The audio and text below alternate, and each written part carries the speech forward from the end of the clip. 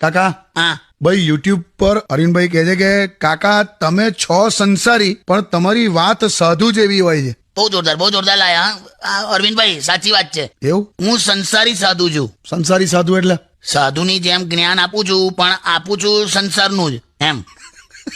ખ્યાલ આવી ગયો ને તને? પણ એમ નહીં, જો બે અલગ અલગ આમ પાડો તો ખરા પહેલા કે સંસારી એટલે કોણ ને સાધુ એટલે કોણ એમ.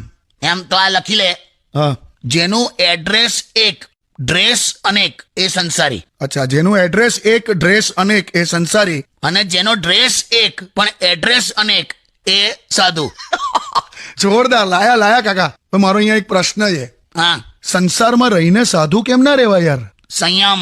એટલે જો સાધુ જેવું જીવી જ શકાય છે. આમાં શું છે, સુખી રહેવામાં કોઈ ખર્ચો નથી, હા, પણ તમે કેટલા સુખી છો એ લોકોને દેખાડવામાં બહુ ખર્ચો થઈ જાય. વાહ વાહ વાહ, લાયા આમે સાધુ સંત સંસારી માણસ માટે તો કહી જ ગયા છે ને, હું દુઃખ બાंटने से कम होता है और खुशियां बांटने से बढ़ती है. પણ અત્યારે કેવું છે, જો હા, दुख बांटने से लोग मजाक उड़ाते और खुशियां बांटने से नजर लगाते.